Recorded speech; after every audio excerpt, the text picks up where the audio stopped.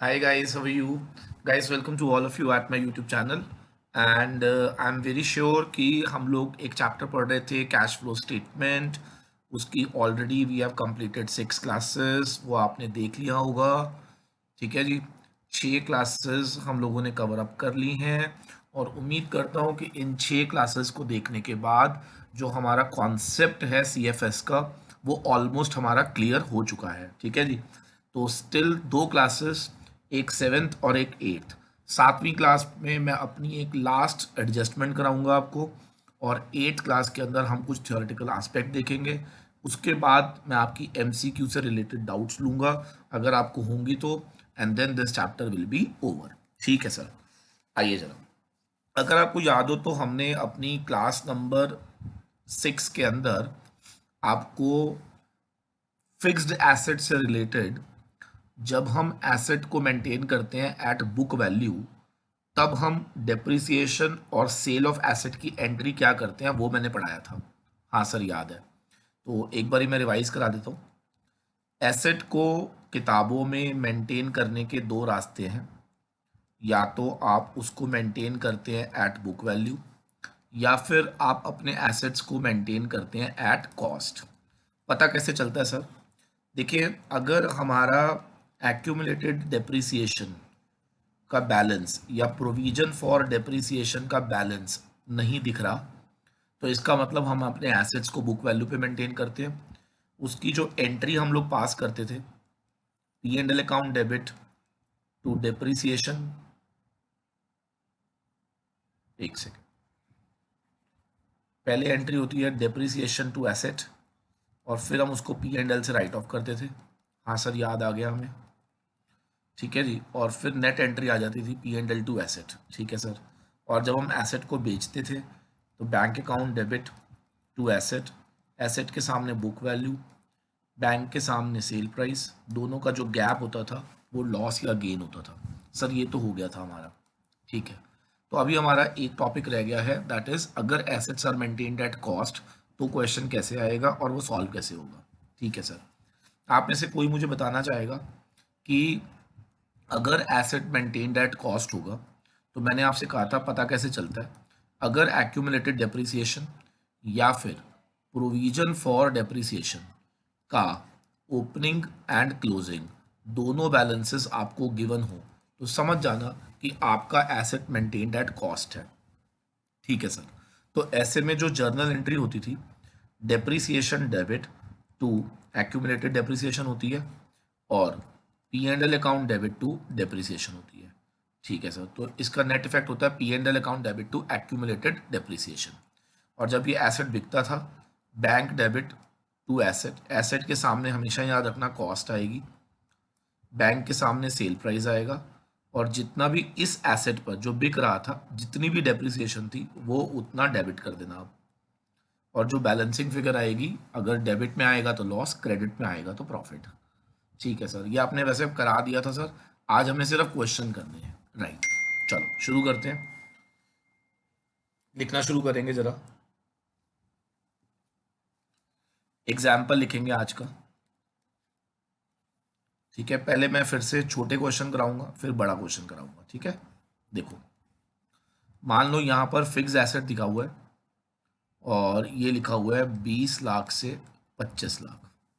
ठीक है सर, और यहाँ एक्यूमुलेटेड डेप्रिसिएशन दिया हुआ है 3 से 4। याद रखना, एक्यूमुलेटेड डेप्रिसिएशन जो होता है ना उसका क्रेडिट बैलेंस होता है।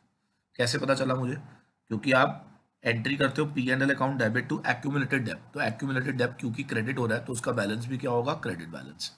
ठीक है सर, अब जैसे जैसे मैं पूछूंगा उसका जवाब देना सोच समझ के। ओके सर, देखिए, हम लोगों ने क्या करना है इसमें, सपोज करो आपको मैं एडजस्टमेंट दे रहा हूँ और एडजस्टमेंट है depreciation for current year, let us presume 1 lakh. ठीक है, पहले मैं सिंपल रखता हूँ इसको। ठीक है सर, और कुछ भी नहीं है। तो अब मैं क्या करूंगा, ध्यान से सुनो।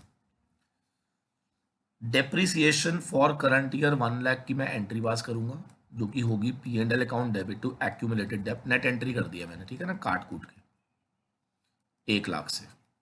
ठीक है जी, ठीक है सर। अब मुझे बताओ पी एंड एल डेबिट का मतलब अब आपको बहुत अच्छे से आ चुका है, बहुत सारे क्वेश्चन हम कर चुके हैं।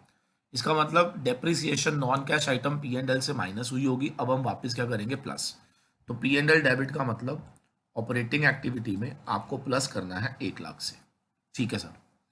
टू एक्यूमुलेटेड डेब्ट, सर अभी तक क्या हो रहा था, हम करते थे टू एसेट, तो हम एसेट में से माइनस करते थे, लेकिन अब ऐसा नहीं है, क्योंकि आपने इसका एक सेपरेट अकाउंट खोला हुआ है एक्यूमुलेटेड डेप्ट, तो क्या ये एक्यूमुलेटेड डेप्ट में जाएगा। ठीक है सर। अब एक्यूमुलेटेड डेप्ट का बैलेंस क्या होता है, क्रेडिट। क्रेडिट वाली चीज को आपने यहाँ पे क्या करा, क्रेडिट, तो क्या ये प्लस हो जाएगा। हाँ सर, क्रेडिट वाली चीज अगर दोबारा क्रेडिट हो तो प्लस, बिल्कुल सही है सर। तो यहाँ पे आएगा 4। ठीक है जी। अब ये भी 4, ये भी 4, इसका मतलब खत्म हो गया कलेश। हाँ, अगर बैलेंस बच रहा होता तो हम सोचते क्या है, ठीक है ना, फिलहाल क्योंकि मैच कर गया तो आपने कुछ नहीं करना। ठीक है सर। सर अब यहाँ क्या करेंगे, देखो 20 से कितना हो रहा है, 25, तो कितने से बढ़ा, 5, तो क्या ये परचेज ऑफ एसेट है, और अगर ये परचेज है तो क्या इन्वेस्टमेंट में से माइनस। सर बहुत आसान हो गया। हाँ, पी एंड एल में 1 लाख प्लस कर देना और इन्वेस्टमेंट में से 5 लाख लेस कर देना। मैंने ये सिंपलेस्ट बताया, ठीक है ना। ठीक है सर। आपने कहा सर जब भी एक्यूमुलेटेड डेब्ट का ओपनिंग क्लोजिंग होगा तो इसका मतलब फिक्स्ड एसेट्स जो हैं they are maintained at cost, यही कहा मैंने। And whenever fixed assets are maintained at cost, तो ध्यान रखना है हमेशा कि जब जब फिक्स्ड एसेट्स को मेंटेन आप कॉस्ट पे कर रहे होंगे, तो आपको बस इतना ध्यान रखना है कि यहाँ पर एक्यूमुलेटेड डेब्ट जो है, एंट्री जो है वो टू एक्यूमुलेटेड डेब्ट होगी, ना कि टू एसेट होगी। ठीक है सर। तो उम्मीद करता हूँ क्वेश्चन समझ आ गया है, प्लीज़ इसको नोट कर लीजिए। सिर्फ एक जर्नल एंट्री पास करी है मैंने, बाकी कुछ भी नहीं है, बाकी सिर्फ इफेक्ट्स लिए। ठीक है सर। क्वेश्चन नंबर 2 थोड़ा सा टेढ़ा।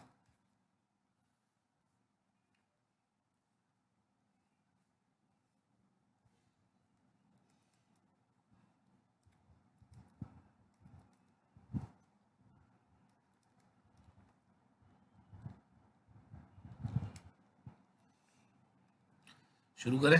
देखो, कहते हैं ड्यूरिंग करंट ईयर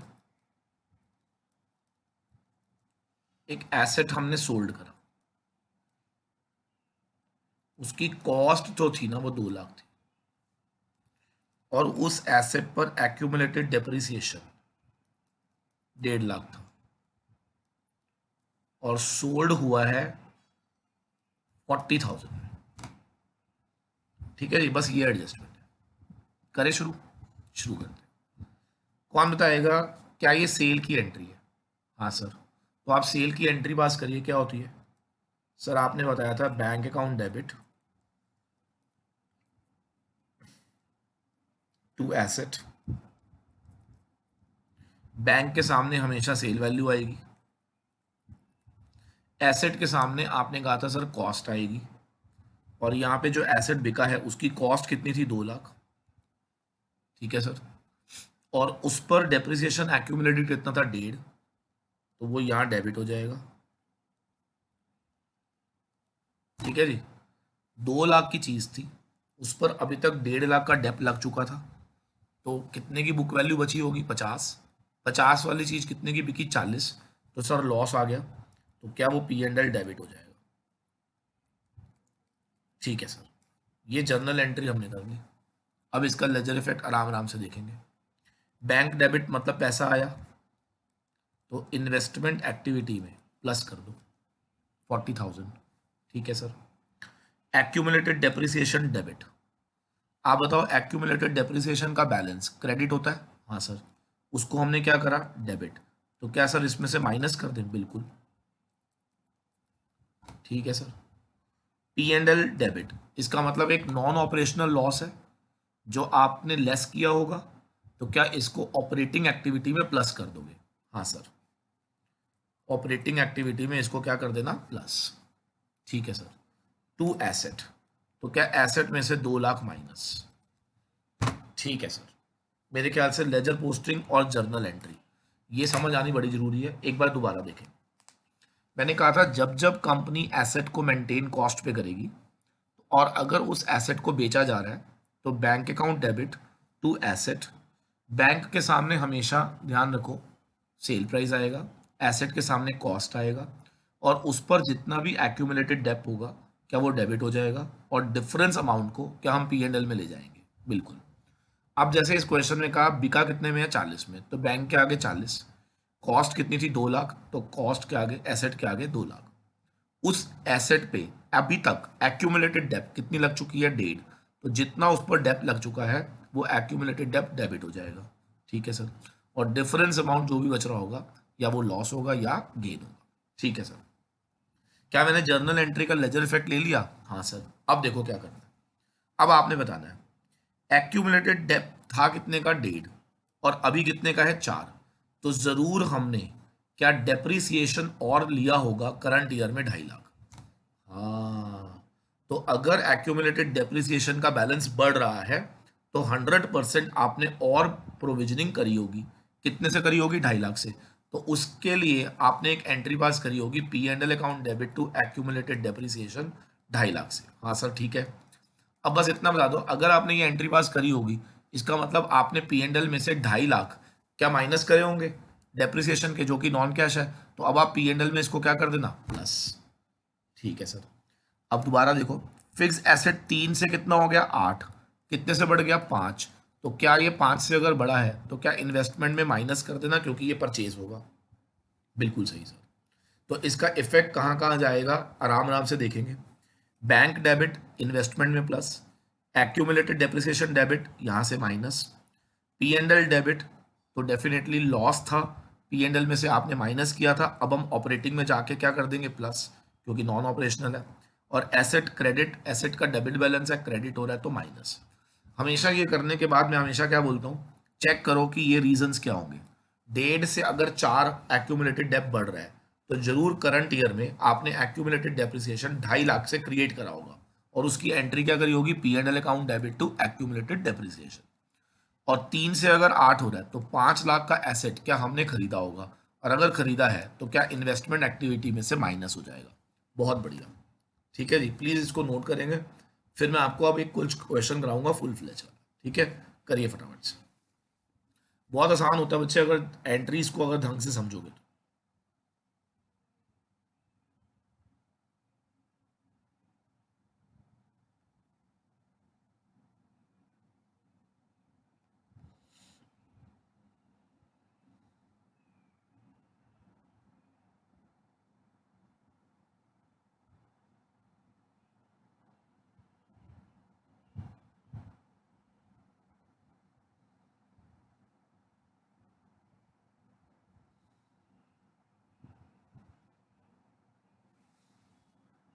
हो गया बेटा?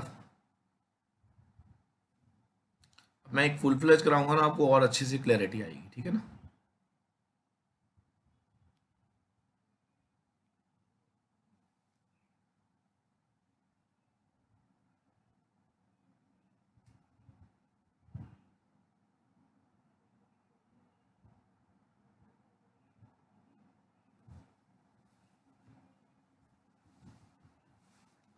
Done.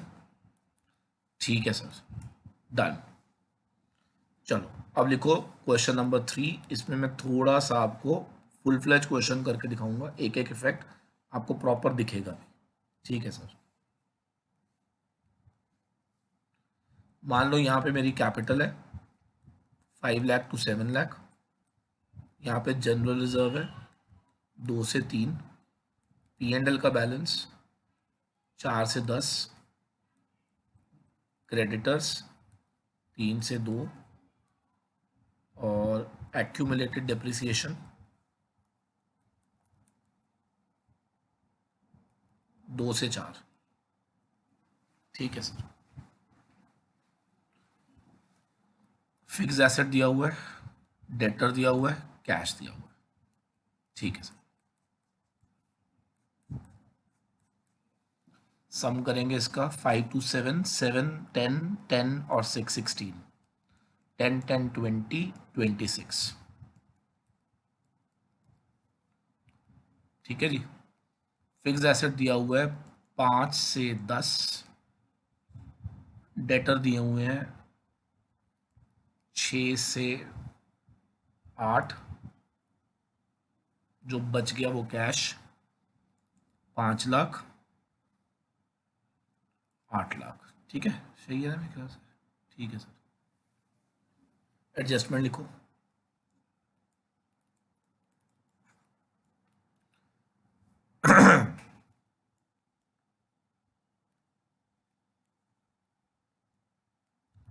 During current year asset costing 2 lakh, accumulated depreciation 1 lakh, sold for 50,000। ठीक है जी, बस जर्नल करनी है मुझे, खत्म क्वेश्चन। देखो मैं कैसे करूँगा। सबसे पहले तो आपको मालूम है ऑपरेटिंग, इन्वेस्टिंग, फाइनेंसिंग, 3 एक्टिविटीज़ है ना। बड़ा प्यार से देखो कितना आराम से होएगा। कैपिटल 2 लाख से बढ़ रही है, issue of capital 2 lakh, general reserve बढ़ रहा है, तो डेफिनेटली इसका मतलब 6 लाख का जो प्रॉफिट है, क्या वो आफ्टर रिजर्व है? हाँ जी। तो मैं हमेशा क्या बोलता हूँ, जो भी difference in P and L होता है उसमें ट्रांसफर टू रिजर्व जोड़ दो, तो 7 लाख करंट ईयर का प्रॉफिट आएगा। ठीक है सर, डन, डन सर। अच्छा, क्योंकि इसमें प्रपोज डिविडेंड नहीं है, प्रोविजन फॉर टैक्स नहीं है, तो मैंने कुछ करा ही नहीं। ये भी हो गया, ये भी हो गया, ये भी हो गया। क्रेडिटर्स कम हो रहे हैं, माइनस कर दो। ठीक है सर। एक्यूमुलेटेड डेप्रिसिएशन अभी देख लेंगे इसको क्या करना है जब जर्नल एंट्री पास होएगी तो। ठीक है सर, इसको भी छोड़ दो। डेटर बढ़ रहे हैं, माइनस। मक्खन की तरह क्वेश्चन होता है बेटा, अगर कॉन्सेप्ट समझ आ जाए तो। ठीक है सर, बस अब जर्नल एंट्री करनी है, लेजर पोस्टिंग लेनी है। आ जाओ। सेल की एंट्री मैंने सिखाई है, bank account debit to asset. Bank के सामने हमेशा सेल प्राइस, एसेट के सामने कॉस्ट, उसका डेप्रिसिएशन डेबिट। ठीक है सर, डिफरेंस गेन या लॉस, तो 50,000 का लॉस आ गया।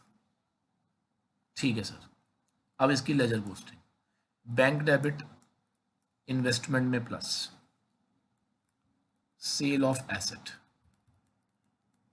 50,000, accumulated depreciation debit. Accumulated dep का क्रेडिट बैलेंस था, डेबिट हुआ तो माइनस कर दो, कितना बचा? 1। ठीक है sir, P and L debit, loss on sale 50,000, non operational है ना। ठीक है सर,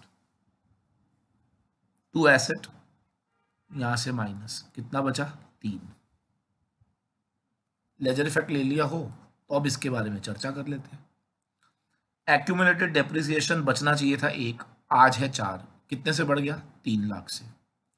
तो क्या ये करंट ईयर डेप्रिसिएशन है? कितनी? 3 लाख। इसकी एंट्री क्या होगी? P and L account debit to accumulated dep by 3 lakh. इसका मतलब आपने करंट ईयर में 3 लाख से डेप चार्ज किया था, जो कि एक्यूमुलेटेड में जिसकी वजह से 3 लाख से बढ़त हो रही होगी। क्योंकि ये नॉन कैश है तो इसे हम वापस कर देंगे प्लस। ठीक है सर, एसेट 3 का बचना चाहिए था, कितने का है? 10 का, तो 7 लाख का परचेज होगा, तो purchase of asset 7 lakh minus. ठीक है जी, क्वेश्चन खत्म। 7 + 3 10, 1050 -3, 1050 -3 750। ठीक है सर, 50,000 प्लस है, 7 लाख नेगेटिव है, तो 6.5 लाख नेगेटिव, 2 लाख पॉजिटिव। ये प्लस, ये प्लस, ये माइनस। देखो 7.5 और 2, 9.5 में से 6.5 गया, 3 लाख। तो total flow of cash 3 lakh. यहां पर भी देखो 3 लाख। समझ आया? I hope so clear to all. तो I hope so you can understand now कि हमने किस तरीके से ये करा। बहुत बढ़िया सर, समझ आया या नहीं? ओके सर, सर एकदम समझ आ गया हमें। थोड़ा सा सर ये एंट्री बस हमें बस ध्यान रखनी होगी, बाकी तो सब क्लियर है। अगर ये बढ़ रहा होगा तो इसका मतलब ये करंट ईयर डेप है, बस इतना ध्यान रखो। ठीक है ना, नोट कर लीजिए इसको फटाफट से, स्क्रीनशॉट ले लो ज़्यादा बेटर, फिर आराम से नोट करते रहना।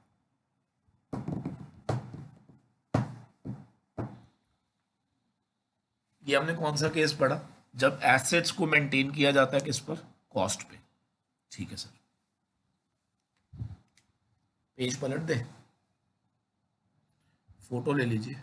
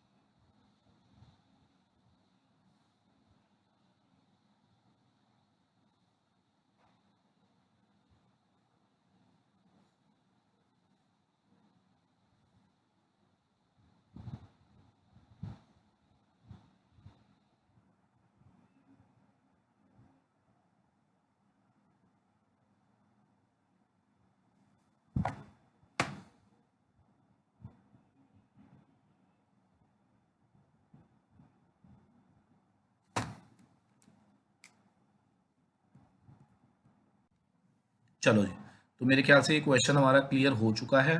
हाँ सर बिल्कुल हो गया। अब हम करेंगे एक और क्वेश्चन। ठीक है जी, लिखो जरा सारे मेरे साथ। थोड़ा कॉम्प्लिकेटेड दूं आपको? चलो इस बार आपको कॉम्प्लिकेटेड दूंगा, गंदा वाला, खतरनाक। ठीक है जी, कर लो। सपोज करो कैपिटल दी हुई है 20 से 25, जनरल रिजर्व दिया हुआ है 2 से 5, पी एंड एल का बैलेंस दिया हुआ है 8 से 10, 8 से 15 कर लो, और जनरल रिजर्व हो गया। एक्यूमुलेटेड डेप्रिसिएशन दिया हुआ है 4 से 5। ठीक है, ठीक है सर। ये क्वेश्चन जो आप करोगे ना, आपको मज़ा आ जाएगा, मज़ा, मज़ा आएगा, मज़ा। ठीक है सर, 10, 30, 34 लाख, 30 और 20, 50 लाख। ठीक है जी, फिक्स एसेट्स दिया हुआ है, डेटर दिया हुआ है, कैश दिया हुआ है। फिक्स एसेट 14 से 20, डेटर 6 से 10, और यहाँ बचा 14 लाख और यहाँ बचा 20 लाख। ठीक है बेटा, ठीक है सर। क्वेश्चन है depreciation for current year.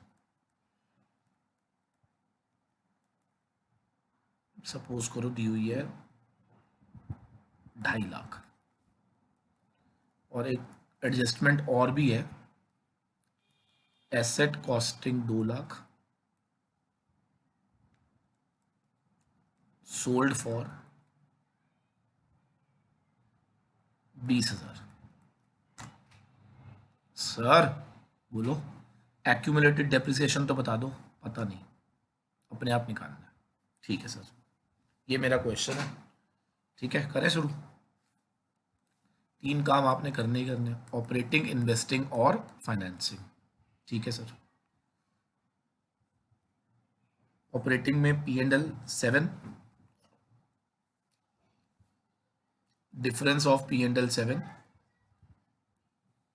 Transfer to reserve 3,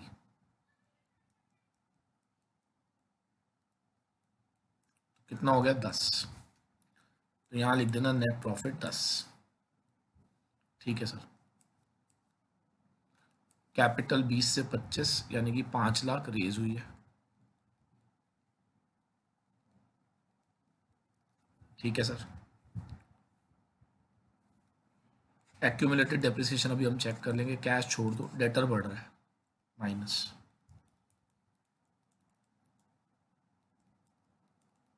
4 lakh. ठीक है सर, अब ध्यान से देखना सबने।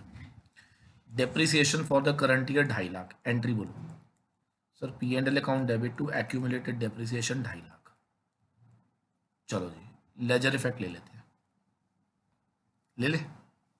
पी एंड एल डेबिट यानी कि पी एंड एल में से आपने माइनस किया होगा, यहाँ ऐड कर दो depreciation 2.5 to accumulated depreciation, credit किया है, यहाँ पे भी क्रेडिट था तो ये प्लस हो जाएगा 6.5 लाख। ठीक है, अब आपको एक चीज सिखानी है मुझे, बस वो ध्यान से देखना है आपको, ठीक है। एसेट कॉस्टिंग 2, बिका कितने में 20, एंट्री क्या होगी, बैंक डेबिट जितने में बिका टू एसेट, एसेट के सामने उसकी कॉस्ट 2 लाख, 2 लाख वाला एसेट 20 में बिका। ठीक है सर, 2 लाख वाला एसेट 20 में बिका। ठीक है सर, लेकिन मैंने क्या कहा था कि इस पर कितनी एक्यूमुलेटेड डेप्थ है, क्या ये निकालनी पड़ेगी। हाँ सर, तो अब समझना, 4 का था, 2.5 करंट होना कितना चाहिए था, 6.5 है कितना 5। इसका मतलब अगर एक्यूमुलेटेड डेप्थ रिड्यूस हो रहा हो, ध्यान रखना मेरी बात, बढ़ रहा हो तो वो करंट ईयर डेप्थ होता है, लेकिन अगर कम हो रहा हो तो इसका मतलब कोई एसेट बिका था जिसका एक्यूमुलेटेड डेप्थ 1.5 लाख था।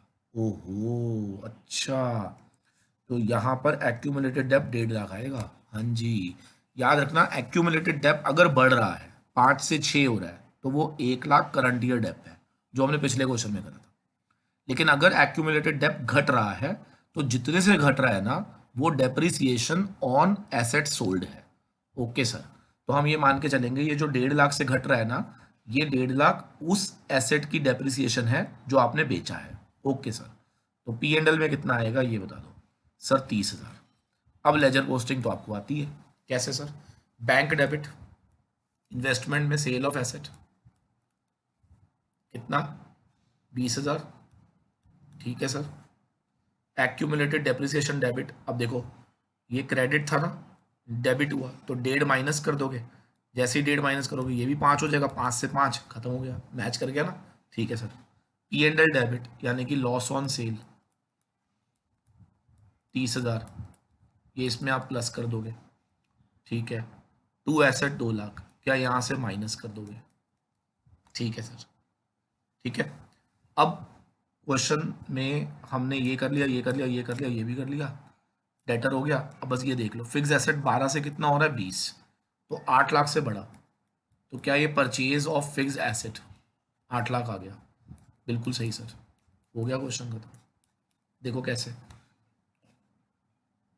10, 2.5, 12.5 प्लस 30, 1280 माइनस 4, 880। ठीक है, 20 आया, 8 लाख गया, 7 20 नेगेटिव। ठीक है सर, और 5 लाख प्लस। ठीक है जी, मेरे ख्याल से कोई प्रॉब्लम, कैलकुलेशन देख लो यार एक बार।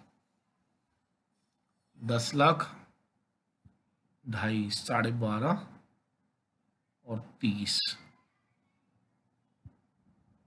यही होगा मेरे ख्याल से।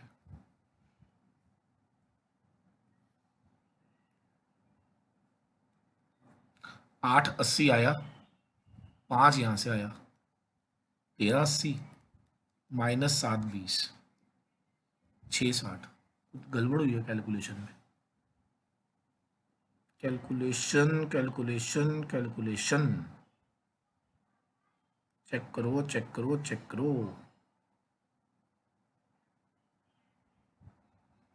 हम्म,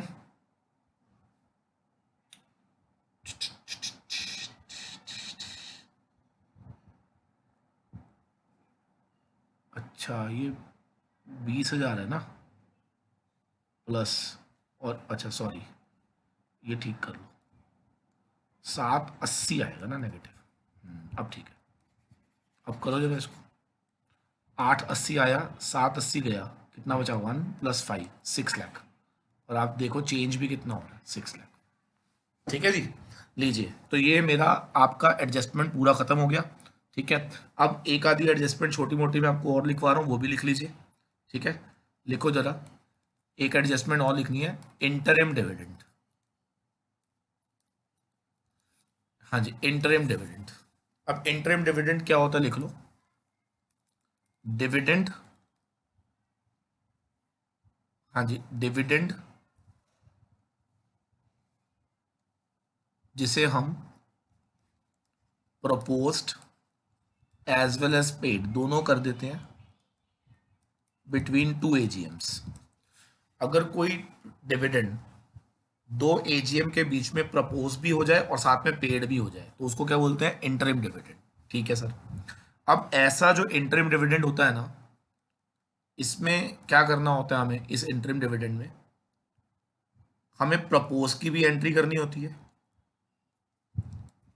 और हमें पेमेंट की एंट्री भी करनी होती है, दोनों एंट्री एक साथ करनी होती है। ठीक है सर, डिविडेंड डिविडेंड कट जाएगा तो इसका नेट इफेक्ट क्या होगा, P&L account debit to bank. तो जब भी इंटरिम डिविडेंड आए ना, लर्न कर लो, P&L डेबिट मतलब गलती से हमने वहां से माइनस किया होगा एप्रोप्रिएशन, वो ऐड कर देंगे हम। ठीक है, और पेमेंट क्यों की करी है, तो फाइनेंसिंग में से माइनस, तो इसका नेट इफेक्ट क्या होगा लिख लीजिए, P&L account debit to dividend, operating में प्लस हो जाएगा, फाइनेंसिंग में से माइनस। बस ये इंटरिम डिविडेंड का इफेक्ट होता है। ठीक है sir, sir interim dividend balance sheet में होगा, नो सर, ये एडजस्टमेंट में बताया जाएगा कि आपका इंटरिम डिविडेंड कितना है। ठीक है सर, ठीक है, चलो तो मेरे ख्याल से सारी एडजस्टमेंट अब हमारी कवर है। ठीक है, मैं आपको याद करा देता हूँ क्या क्या कराया है मैंने। डेप्रिसिएशन मैंने करा दिया, प्रोविजन फॉर टैक्स करा दिया, प्रपोज डिविडेंड करा दिया, जनरल रिजर्व करा दिया, loss and gain on sale करा दिया,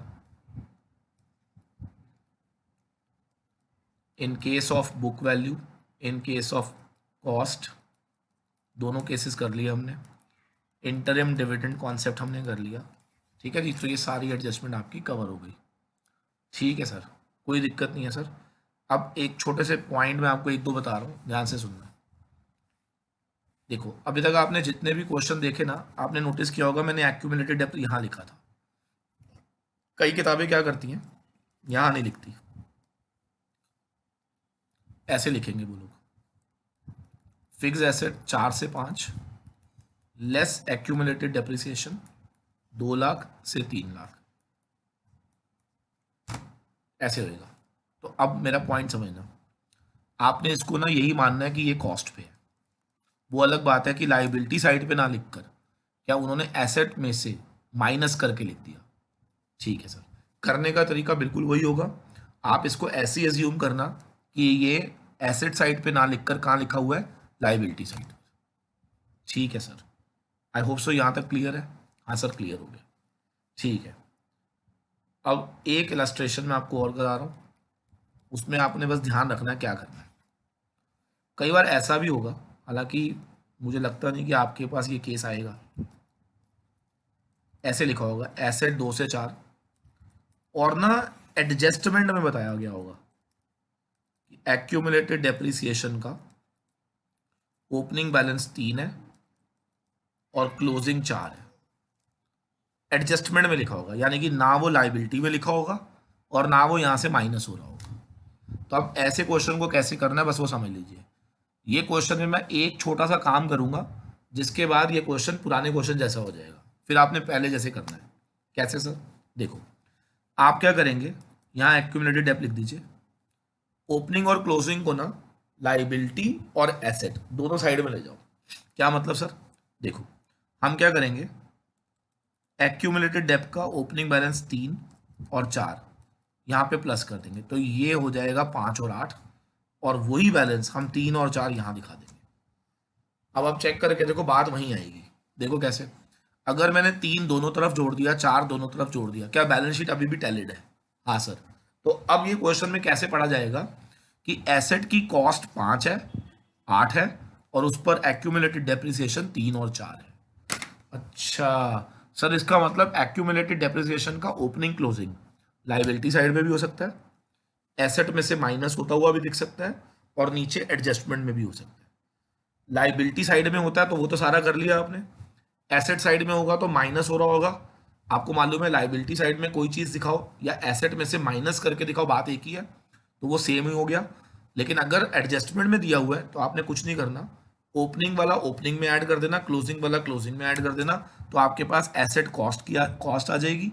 और क्योंकि आपने लेफ्ट राइट में ऐड किया है तो आपको लेफ्ट में लिखना पड़ेगा। तो जैसे ही आप ये लिखोगे ना तो ये क्वेश्चन टाइप 1 जैसा हो जाएगा। ठीक है सर, ठीक है। तो उम्मीद करता हूँ ये पॉइंट आपको ध्यान रखना है। ठीक है, तो अब मैं एक छोटा सा क्वेश्चन दे रहा हूँ आपके लिए, उसका आंसर मुझे जरूर चाहिए, और उसके बाद मेरी लास्ट क्लास आपको मैं दूंगा और मेरा CFS पूरा खत्म। ठीक है सर, अब लिखो जरा एक क्वेश्चन आपके लिए।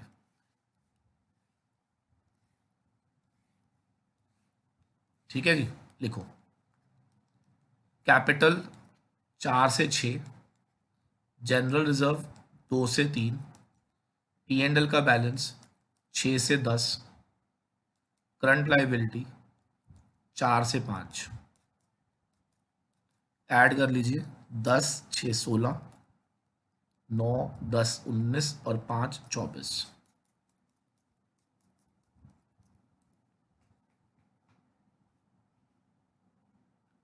9 10 19 और 5 24। ठीक है, फिक्स एसेट दिया हुआ है 10 से 12, डेटर दिया हुआ है 2 से 4, कैश दिया हुआ है 4 से 8। ठीक है सर, एडजस्टमेंट लिखिए। एडजस्टमेंट लिखेंगे जरा, accumulated depreciation, opening balance 2 lakh, closing balance 3 lakh. ये एडजस्टमेंट में दिया हुआ है। ठीक है, आपको समझ आ गया होगा मैंने क्या करना। आगे लिखेंगे, depreciation for current year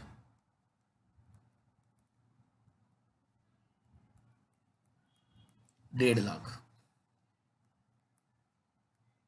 during the year asset costing